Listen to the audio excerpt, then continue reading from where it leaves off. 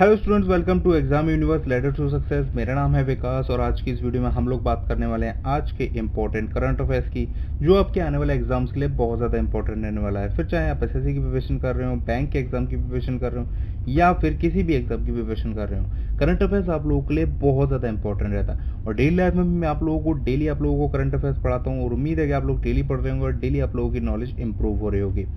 तो दोस्तों, आज है 25 जुलाई और आज के इस करंट अफेयर्स की अगर वीडियो को आप पीडीएफ डाउनलोड करना चाहते हैं तो आप लोगों को हमारे टेलीग्राम चैनल का लिंक डिस्क्रिप्शन बॉक्स में मिल जाएगा। साथ ही साथ आप लोगों को इंस्टाग्राम चैनल का भी मिल जाएगा, जहां पर मैं आप लोगों के लिए ढेर सारी क्विजेज अपलोड करता हूं। तो उम्मीद है आप लोग क्विजेज लगाइए और आप लोग अपनी जो करंट अफेयर्स का रिवीजन है ना, वो भी आप लोग कर सकते हैं। तो लिंक आप लोगों को दोनों का डिस्क्रिप्शन में मिल जाएगा। टेलीग्राम चैनल का मिल जाएगा, जहां से आप लोग इसकी पीडीएफ डाउनलोड कर सकते हैं। इंस्टाग्राम चैनल का मिल जाएगा, जहां से आप लोग क्विज जो है अटेंड कर सकते हैं। ओके, अगर वीडियो आप लोगों के लिए हेल्पफुल है तो पसंद आता हो तो लाइक कर दिया करो, शेयर कर दिया करो दोस्तों के साथ, सब्सक्राइब कर लेना चैनल को। बढ़ते हैं आज के करंट अफेयर्स के ऊपर। तो सबसे पहला क्वेश्चन है कि आईएफसी समझौते पर हस्ताक्षर करने वाला 87वां देश कौन सा बन गया है। सबसे पहले तो देखते हैं कि आईएसए होता क्या है। आईएसए क्या है? तो देखो, ये है इंटरनेशनल सोलर अलायंस। ठीक है, तो अब इसका 87वां देश कौन सा बन गया? ये बन गया निकारागुआ। निकारागुआ कहाँ का है? तो देखो, ये यूएसए का एक देश है। यूएसए देखो, यूनाइटेड स्टेट्स ऑफ अमेरिका कई सारे देशों को मिलाकर बनता है, ना कि सिर्फ अमेरिका को। इसमें कई सारे कंट्रीज आती हैं और निकारागुआ भी एक वहीं की कंट्री है जो अब 87वां देश बन गया है इसे साइन करने वाला। देखो, ये पूरा यूएस का मैप और इस यूएस मैप में ये छोटा सा हिस्सा है ना, ये है निकारागुआ। निकारागुआ का ये प्रॉपर मैप है। अब देखो, ये है क्या? आईएसए क्या करता है? देखो, ये इसकी जो शुरुआत हुई थी ना, वो हमारे जो इस समय वर्तमान में जो प्रधानमंत्री है ना, नरेंद्र मोदी जी, तो उन्होंने इसकी शुरुआत की थी 2015 में, जब वहाँ पेरिस में एक क्लाइमेट चेंज की जो मीटिंग हुई थी ना, कॉन्फ्रेंस, वहाँ पर उन्होंने ये प्रस्ताव रखा था और फिर 2017 में इसे पारित करके सारे देशों, मतलब बहुत सारे देशों ने इसे अडेप्ट कर लिया और फिर धीरे धीरे करके ये पूरा अलायंस बन गया। ये करता क्या है? देखो, ये जो हम सोलर एनर्जी है ना, उससे हम लोग ज़्यादा से ज़्यादा यूटिलाइज कर सकें उसे, उसकी जो एनर्जी है उसको हम मैक्सिमम यूज़ कर सकें, जिससे कि होगा क्या? देखो, क्लाइमेट पर भी फ़र्क पड़ेगा। मतलब अगर हम सारी की सारी चीज़ें, देखो, अगर हम सोलर एनर्जी से चलने लगेंगे, जैसे कि हमारी अगर गाड़ियाँ भी सोलर एनर्जी से चल रही हैं, तो जितना भी फ्यूल जलता है ना, उससे जो एनवायरनमेंट को नुकसान होता है वो होना बंद हो जाएगा। मतलब पेट्रोल, डीजल जो है, इन सब चीज़ों का जो इमिशन होता है और उससे जो वायुमंडल को नुकसान होता है ना, वो सब चीज़ें बिल्कुल ही बंद हो जाएंगी। तो इसीलिए ये तर्ज पर ये रखा गया है, आईएसए बनाया गया है और बहुत सारे देशों ने अभी तक साइन कर लिया। 86 कंट्रीज अब तक थी और ये 87 कंट्री है जो बन गई है इसमें शामिल होने वाली। और ये सभी लोग क्लाइमेट को बदलने, मतलब क्लाइमेट को चेंज को जो हो रहा है, एनवायरनमेंट के साथ जो छेड़छाड़ की गई है ह्यूमन द्वारा, तो उस सबको सुधारने की कोशिश पर बनाया गया है। ठीक है, तो उम्मीद है कि आप लोगों को ऐसे समझ में आ गया होगा। अगर हम बात करें तो निकारागुआ की कैपिटल के बारे में, तो वो ये है मनागुआ। ठीक है, और यहाँ की जो करेंसी है वो है कोर्डोबा। ठीक है, और इसके जो प्रेसिडेंट है वो है डेनियल ऑर्टेगा। ठीक है, तो आप लोगों से भले ही प्रेसिडेंट ना पूछा है, लेकिन इसकी कैपिटल आप लोग याद रखिएगा, आप लोगों से पूछ ली जाएगी। और बात करेंगे तो इंटरनेशनल सोलर अलायंस का जो हेडक्वार्टर है वो कहाँ पर है? वो गुरुग्राम हरियाणा में ही है, यानी कि इंडिया में ही है। ठीक है, तो इतनी जानकारी आप लोगों को इस क्वेश्चन से मिल गई। पढ़ते हैं अगले क्वेश्चन की तरफ। तो अगला क्वेश्चन है कि राष्ट्रीय प्रसारण दिवस यानी कि नेशनल ब्रॉडकास्टिंग डे कब मनाया जाता है? तो ये 23 जुलाई को मनाया जाता है। अब देखो, ये है क्या? नेशनल ब्रॉडकास्टिंग डे क्या है? ये है दोस्तों आकाशवाणी, जब भारत में पहली बार कोई रेडियो स्टेशन चला था और उस पर आकाशवाणी यानी कि ब्रॉडकास्टिंग की गई थी, तो ये उसकी याद में मनाया जाता है। अब देखो, ये कब था? देखो, डेट थी 23 जुलाई और सन थी 1927। ठीक है, इस टाइम पर पहली बार भारत देश में बॉम्बे स्टेशन से एक मतलब रेडियो जो है, रेडियो से आवाज़ टेलीकास्ट की गई थी, जो ब्रॉडकास्ट की गई थी। तो उसी की याद में ये राष्ट्रीय प्रसारण दिवस मनाया जाता है हर साल 23 जुलाई को, और इस साल भी मनाया गया है। ठीक है, तो आप लोगों को मैंने डेट बता दी है कि आप लोगों को 23 जुलाई 1927 को पहली बार रेडियो से आवाज़ ब्रॉडकास्ट की गई थी, फर्स्ट टाइम। ठीक है, तो उस पर ये मनाया जाता है, ऑन एयर जब की गई थी बस, तो उस पर ये मनाया जाता है। ऑल इंडिया रेडियो, आप लोगों ने नाम सुना ही होगा, जो अब ऑल इंडिया रेडियो बन गया ना, वही है। ओके, चलो शुरू करते हैं अगला क्वेश्चन। तो लेह में, बिहार में कोविड-19 परीक्षण सुविधा की स्थापना किसने की है? किसने की है? ये की है डीआरडीओ ने। डीआरडीओ क्या है? हमारा रक्षा अनुसंधान और विकास संगठन, डिफेंस एंड रिसर्च ऑर्गेनाइजेशन। ठीक है, डिपार्टमेंट ऑफ ऑर्गेनाइजेशन। ठीक है, तो ये है हमारा। DRDO, कई बार मैंने आप लोगों को पढ़ाया भी है, defence institute of high altitude research. दिहार क्या है, आप लोगों को दिहार भी मैं बता देता हूँ, दिहार भी है, दिहार है defence institute of high altitude research. तो जो हाई एल्टीट्यूड वाली जगह है ना, ये वहाँ पर रिसर्च में काम आता है। और आप लोगों को पता है जो लेह जगह है ना, लेह लेह लद्दाख, ये काफ़ी ज़्यादा हाइट पर है, तो वहाँ पर कोरोना वायरस के लिए ये एक प्रयोगशाला बनाई गई है DRDO द्वारा, ठीक है। तो ये उसके बारे में है, DRDO ने लेह में, बिहार में ये बनाई गई है, मतलब कोविड-19 के परीक्षण के लिए, जांच करने के लिए, नमूने लेने के लिए। और इन्होंने जो लिमिट रखी है ना, वो 50 रखी है केवल, मतलब वहाँ पर वैसे भी बहुत कम जनता है, और 50 रखी गई है। 50 लोगों का ये डेली जांच करेंगे, वहाँ से नमूने लेंगे, और कड़ी नज़र रखी जाएगी कि वहाँ पर जो, मतलब एक तरीके से आप कह सकते हो ना कि ठंडे और शुष्क इलाके में काफ़ी मतलब तेज़ी से फैलता है कोरोना, तो उसकी मतलब ध्यान में रखते हुए यहाँ पर ये बनाई गई है, ठीक है। तो आप लोग याद रखिएगा कि बिहार में किसने कोविड-19 परीक्षण के लिए, मतलब सुविधा के लिए प्रयोगशाला बनाई है, तो ये DRDO ने बनाई है। DRDO के इस समय चीफ कौन है, जी सतीश रेड्डी। और लद्दाख के अगर हम उपराज्यपाल के बारे में बात करें तो वो है RK माथुर, मैंने आप लोगों को पहले ही बताया था, RK माथुर है। बढ़ते हैं अगले क्वेश्चन की तरफ। पंजाब सरकार ने कौशल विकास के लिए किस IIT के साथ समझौता किया है, तो किस IIT के साथ समझौता किया है, ये IIT रोपड़ के साथ समझौता किया है। अब देखो ये समझौता क्या है, किस बारे में है, वो भी मैं आप लोगों को बता देता हूँ। तो देखो ये समझौता किया गया है कि जो पंजाब के जितने भी मेडिकल कॉलेज हैं, ठीक है ना, और जो इंजीनियरिंग कॉलेज हैं, ठीक है, उनको क्या होगा कि जो IIT की तकनीक है ना, IIT की जो शिक्षा तकनीक है, उससे अवेयर कराया जाएगा, उन सब चीज़ों को अडेप्ट किया जाएगा। गवर्नमेंट और जो इतने भी मतलब कॉलेजेस हैं वहाँ पर इंजीनियरिंग और मेडिकल के, तो उनके द्वारा अडेप्ट किया जाएगा, ठीक है। तो एक तो ये समझौता है। दूसरा ये है कि जो मतलब पंजाब के जो मतलब गांव हैं, या मतलब मैं आप बात करूं अगर जो ऐसे इलाके हैं जहाँ पर सिंचाई की काफ़ी ज़्यादा दिक्कत होती है, पानी बर्बाद होता है या पानी की बहुत ज़्यादा किल्लत है, तो वहाँ पर जो IIT के उपकरण हैं उनके द्वारा उनसे काम लिया जाएगा, यानी कुल मिलाकर डेवलपमेंट में काम किया जाएगा।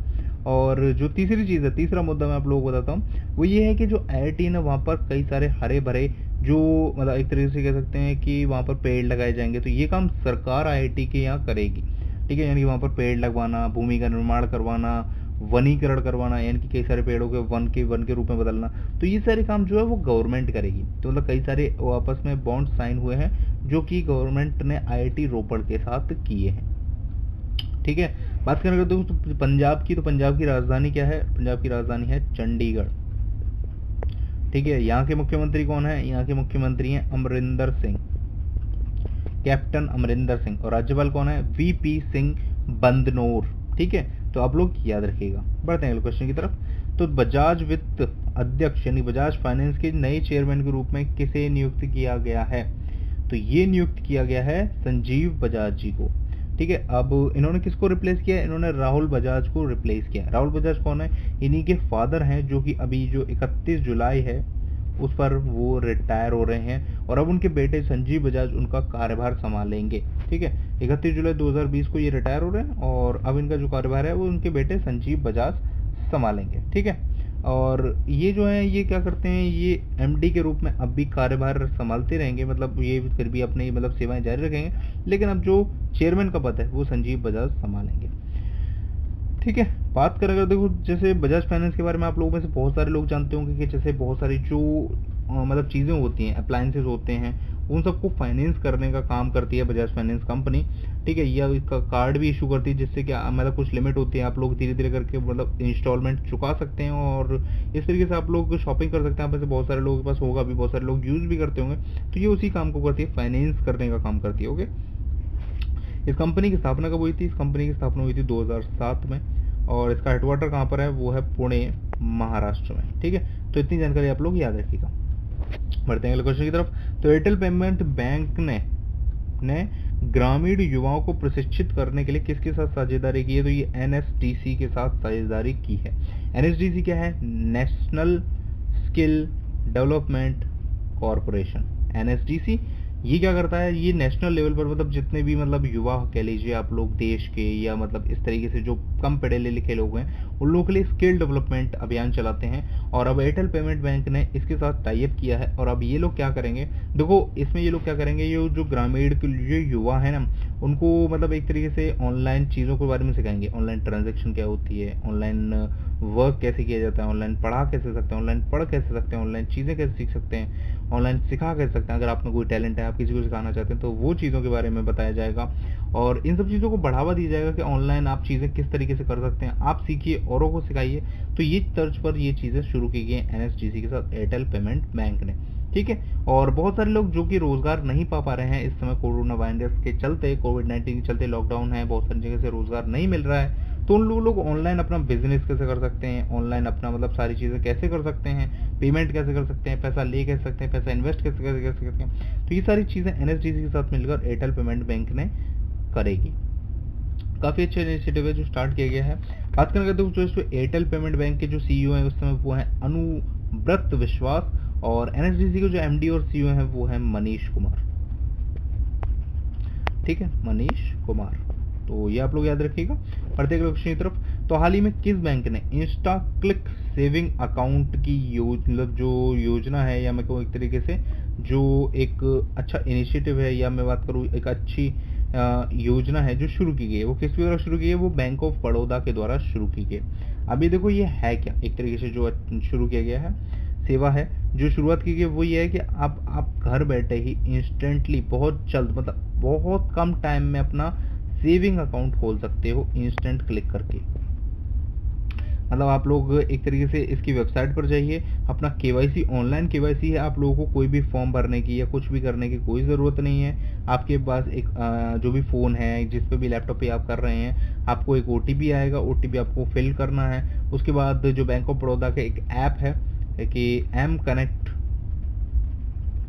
प्लस करके एक ऐप है, उस पर आप ओपन करिए और उसमें एक जो ओटीपी आया उसको फिल करिए, और उसके बाद आपकी जो लेन देन की प्रक्रिया है ना वो शुरू हो जाएगी। मतलब कि सारा का सारा काम ऑनलाइन हो जाएगा, इंस्टेंटली हो जाएगा। इंस्टेंटली आप लोग को अपना जो एक तरीके से सेविंग अकाउंट वो खोल सकते हैं। आप लोगों को कोई भी दिक्कत नहीं आएगी, बहुत जल्दी आप लोग यूज़ कर सकते हो, बहुत ही आसानी चीज़ है।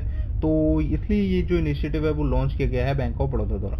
अब देखो बैंक ऑफ बड़ौदा के बारे में अगर आप लोगों को बताऊं, तो बैंक ऑफ बड़ौदा जो हमारे देश है ना उसका तीसरा सबसे बड़ा बैंक है, थर्ड सबसे बड़ा बैंक है। और अगर मैं बात करूँ, देखो जो बैंक ऑफ बड़ौदा है उसी ने सबसे पहले पेपरलेस लोन की जो सुविधा थी ना, जो एक भी पेपर ना लगाते हुए लोन, आप ऑनलाइन लोन ले सकते हो और विदाउट पेपर एक भी लगाए हुए या खर्च किए हुए, तो उसकी जो सुविधा थी ना वो भी बैंक ऑफ बड़ौदा ने ही शुरू की थी, ठीक है। बैंक ऑफ बड़ौदा सबसे पहला बैंक था ये काम करने वाला। बात करें अगर बैंक ऑफ बड़ौदा के बारे में, तो बैंक ऑफ बड़ौदा के सीईओ और एमडी इस समय संजीव चड्डा जी हैं, और जो मुख्यालय है इसका हेडक्वार्टर वो है बड़ौदा गुजरात में।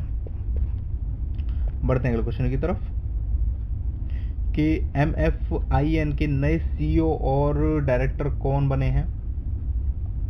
तो ये बने हैं आलोक मिश्रा जी, ठीक है। आलोक मिश्रा जी अब इसके जो है सीईओ और निदेशक होंगे, ठीक है। और बात करें अगर दोस्तों आलोक मिश्रा जी के बारे में, तो आलोक मिश्रा जी कौन है। तो देखो आलोक मिश्रा जी को ना बहुत सालों से ये काम कर रहे हैं इसी फील्ड में, जो माइक्रो फाइनेंस कंपनीज हैं, या मैं बात करूं अगर इंटरनेशनल डेवलपमेंट की फील्ड में, तो इसी चीज़ में काम करते हुए ना अच्छा खासा लगभग 28 से 30 साल का इन्हें अनुभव है, ठीक है। तो अब इन्हें MFIN का सीईओ और जो डायरेक्टर हैं उसका पद दिया गया। अब MFIN क्या है, MFIN होता है माइक्रो फाइनेंस इंस्टीट्यूट नेटवर्क। जितने भी छोटे छोटे माइक्रो फाइनेंस के जो कह सकते हैं आप लोग एक जो इंस्टीट्यूशन होते हैं, कंपनीज होती हैं, उन सब का एक मिलाकर एक MFIN बनता है, और उसके अब जो सीईओ और डायरेक्टर हैं वो होंगे आलोक मिश्रा जी, ठीक है। बात करें दोस्तों जैसे और ऑप्शंस के बारे में, तो जैसे हर्ष श्रीवास्तव है। हर्ष श्रीवास्तव कौन है, हर्ष श्रीवास्तव वही जो इस समय अभी सीईओ है ना इसके वो हैं, और ये भी इन्होंने भी इस्तीफा दे दिया है, मतलब इस्तीफा दे दिया या आप कह लीजिए इनका कार्यकाल खत्म हो गया है। 31 जुलाई को इनका कार्यकाल खत्म हो जाएगा और 1 अगस्त से आलोक मिश्रा जी इस पदभार को संभालेंगे। बात करें अगर देखो हेमंत अमीन की, तो आईसीसी के अभी जो वाइस चेयरमैन हैं वो बने हैं, मैंने आप लोगों को पढ़ाया था। और बात करें अर्नब चौधरी की, तो इन्हें अभी टून मीडिया अवार्ड से सम्मानित किया जाएगा। तो इसके बारे में आप लोग याद रखिए, देखो ऑप्शन से भी याद रखो, बाकी के जो ऑप्शन हैं वो क्या है कैसे हैं ये भी आप लोगों को याद रखना चाहिए। बढ़ते हैं अगले क्वेश्चन की तरफ। तो किस सरकार ने गोधन न्याय योजना की शुरुआत की है? तो ये किस गवर्नमेंट ने की है? तो ये छत्तीसगढ़ गवर्नमेंट ने की है। किस लिए की है? देखो जो मतलब आप एक तरीके से कह सकते हो जो पशु है ना उनको न्याय दिलाने के लिए की है।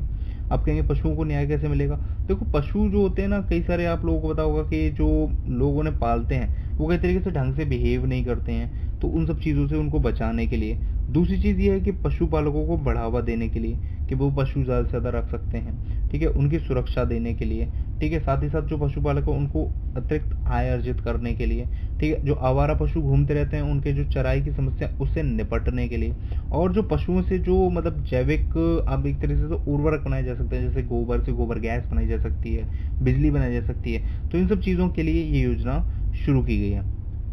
अब देखो इसमें एक इनिशिएटिव ये भी है, एक पॉइंट ये भी है कि जो गाय का गोबर है ना उसे गवर्नमेंट 2 रुपए किलो में खरीदेगी, और जो वहाँ की महिलाएं हैं वो इससे मतलब एक तरीके से खाद बना सकती हैं, और जिसके बाद वो किसानों को 8 रुपए प्रति किलो की दर से बेच दी जाएगी। मतलब कि इधर से गोबर लिया, उधर से कृत्रिम खाद बना के किसानों को वापस बेच देंगे, तो मतलब एक साइकिल बन जाएगी जिससे कि लोगों को रोजगार भी मिलेगा, एक अतिरिक्त कमाई भी होगी, और साथ ही साथ जो गोबर की समस्या है ना वो भी खत्म हो जाएगी।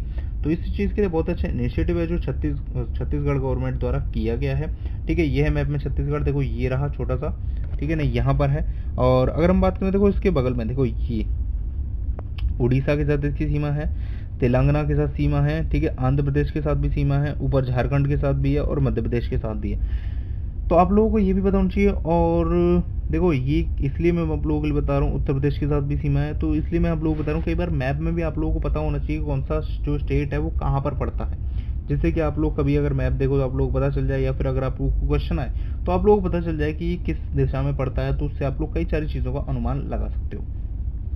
बात करो अगर यहाँ की कैपिटल की, तो कैपिटल है रायपुर, सीएम है भूपेश बघेल, और गवर्नर जो है वो है अनुसुईया उनके जी हैं यहाँ पर, ठीक है। बढ़ते हैं अगले क्वेश्चन की तरफ। तो किसे एसबीआई के जनरल इंश्योरेंस का एमडी और सीईओ नियुक्त किया गया है? तो ये पीसी कंडपाल जी को नियुक्त किया गया है, ठीक है। अब कब नियुक्त किया गया है? देखो अभी ये 20 जुलाई को नियुक्त किया गया है। अब देखो बाकी के जो ऑप्शन है उनके बारे में आप लोगों को बता दूं। रजनीश कुमार ये एसबीआई के इस समय के करंट के सीईओ हैं। देखो एसबीआई बैंक के सीईओ हैं, देखो फर्क समझना, ये एसबीआई जनरल इंश्योरेंस के एमडी और सीईओ हैं, और ये एसबीआई बैंक के सीईओ हैं, ठीक है। दोनों में फर्क समझ के देखिए। ये जनरल इंश्योरेंस की जो इसकी पेरेंट कंपनी है जनरल इंश्योरेंस, उसके सीईओ बनाए गए हैं, और जो एसबीआई बैंक है उसके सीईओ रजनीश कुमार जी हैं, ठीक है। और बात करेंगे आदित्य पुरी के बारे में, तो आदित्य पुरी फिजिकल ईयर जो 2020 है उसमें सबसे ज़्यादा पेड बैंकर हैं, ये सबसे ज़्यादा पैसे कमाने वाले बैंकर हैं, ये कह सकते हैं। सबसे ज़्यादा सैलरी इनको मिली है, ये सबसे ज़्यादा पैसे इन्होंने कमाए हैं। तो ये मैंने आप लोगों को एक दिन 2 दिन पहले ही पढ़ाया था।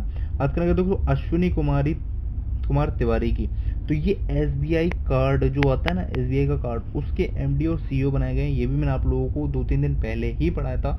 उम्मीद करता हूँ आप लोगों को याद होगा, याद नहीं तो आप लोगों की चीज़ें रिवाइज हो गई हैं, इसीलिए मैंने आप लोगों को ये क्वेश्चन डाला था कि एसबीआई की जनरल इंश्योरेंस किस एमडी और सीईओ कौन बने। थोड़ा सा पुराना क्वेश्चन है, लेकिन मैंने आप लोगों को चीज़ें रिवाइज करने के लिए डाला था कि एसबीआई के देखो कार्ड के भी रिवाइज हो गए, एसबीआई के बैंक के सीईओ भी रिवाइज हो गए, तो इसीलिए ये क्वेश्चन मैंने आप लोगों के लिए डाला था।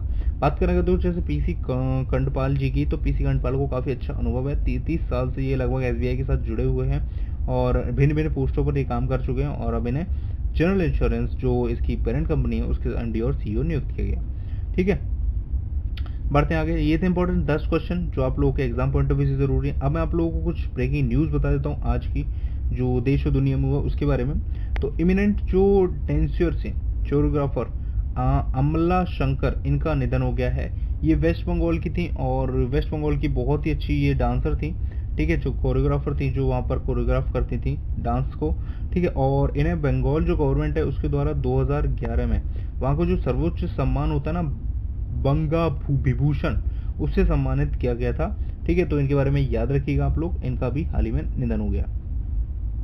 अगला है कि लेजेंडरी जैज सिंगर एनी रोज का भी निधन हो गया है। ये इंग्लैंड की थी, ठीक है, ये इंग्लैंड की जैज सिंगर थी, और इन्होंने बहुत सारी मूवीज़ में भी परफॉर्म किया है।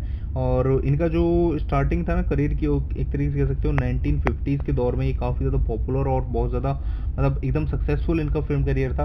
आपने इनको देखा होगा, देखो सुपरमैन 3 एक मूवी आई थी, उसमें देखा होगा। Throw momma from the train, वो भी इनकी मूवी थी। जो कि आई थी, और shortcuts, to lady with love. तो ये सारी इन्हीं की मूवी हैं, रोज एनी रोज की, ठीक है। तो इनके बारे में अभी याद रखिएगा, ये इंग्लैंड से बिलोंग करती थी। अगला है कि गृह मंत्री ने नई दिल्ली में वृक्षारोपण अभियान की शुरुआत की है। तो देखो, नई दिल्ली में बहुत सारी मतलब जगह पर क्या है कि बहुत सारे मतलब जगह पर क्या, आप लोगों को पता होगा दिल्ली में बहुत ज़्यादा पोल्यूशन होता है। तो दिल्ली में अब वृक्षारोपण अभियान की शुरुआत की गई है। इनकी लॉकडाउन में बहुत कम लोग बाहर निकलते हैं, और बहुत ज़्यादा मतलब गवर्नमेंट के द्वारा वृक्षारोपण किया जा रहा है, ताकि वहाँ पर जो जो मौसम है और जो क्लाइमेट है देश का, और वहाँ का जो वातावरण है, उसको थोड़ा सा सुधार किया जा सके, वहाँ के पोल्यूशन लेवल को कम किया जा सके। ठीक है, बढ़ते हैं अगले क्वेश्चन की तरफ। तो आज लगातार तीसरे दिन मतलब 34,602 कोरोना के पेशेंट्स को हैं जिनको छुट्टी दी गई है। और जो एक तरीके से बात करूँ कि मरने वालों की जो दर है ना, उसमें काफ़ी ज़्यादा गिरावट देखी गई है, 2.38% पर आ गई है, जो कि एक अच्छी न्यूज़ है भारत के लिए। अगला है कि भारतीय रेलवे ने दिसंबर 2022 तक अपने सभी जो डिब्बे हैं उनको RFID के टैग लगाने की बात कही है। RFID एक तरीके से आप बात कर सकते हैं GPS डिवाइस टाइप में होता है, जो कि मतलब डिब्बे अगर कहीं पर भी हैं तो उनको खोजने में, उनको मतलब ढूंढने में, उस चीज़ में मदद करेगा। अगला है कि IPL जो है वो स्टार्ट होने वाला 19 सितंबर से, उसका जो फाइनल होगा वो होगा 8 नवंबर को। और बात करें अगर दोस्तों, अगस्त में टीमें यहाँ से चली जाएंगी 20 अगस्त के बाद से, और वहाँ पर थोड़ा क्वारंटाइन किया जाएगा, और उसके बाद 19 सितंबर से IPL स्टार्ट होगा, 8 नवंबर को फाइनल होगा, ठीक है। और ये होगा UAE यानी कि दुबई में। तो ये था आज का इंपॉर्टेंट करंट अफेयर्स। उम्मीद करता हूँ आप लोगों को पसंद आया होगा। पसंद आया तो दोस्तों वीडियो को लाइक करना ना भूलें। साथ साथ अगर अभी तक आप लोगों ने मेरे चैनल को सब्सक्राइब नहीं किया तो नीचे सब्सक्राइब का बटन है, साथ में बेल आइकन, दोनों को जरूर दीजिएगा। Thank you so much for watching. मिलते हैं नेक्स्ट वीडियो में, तब तक ले जय हिंद।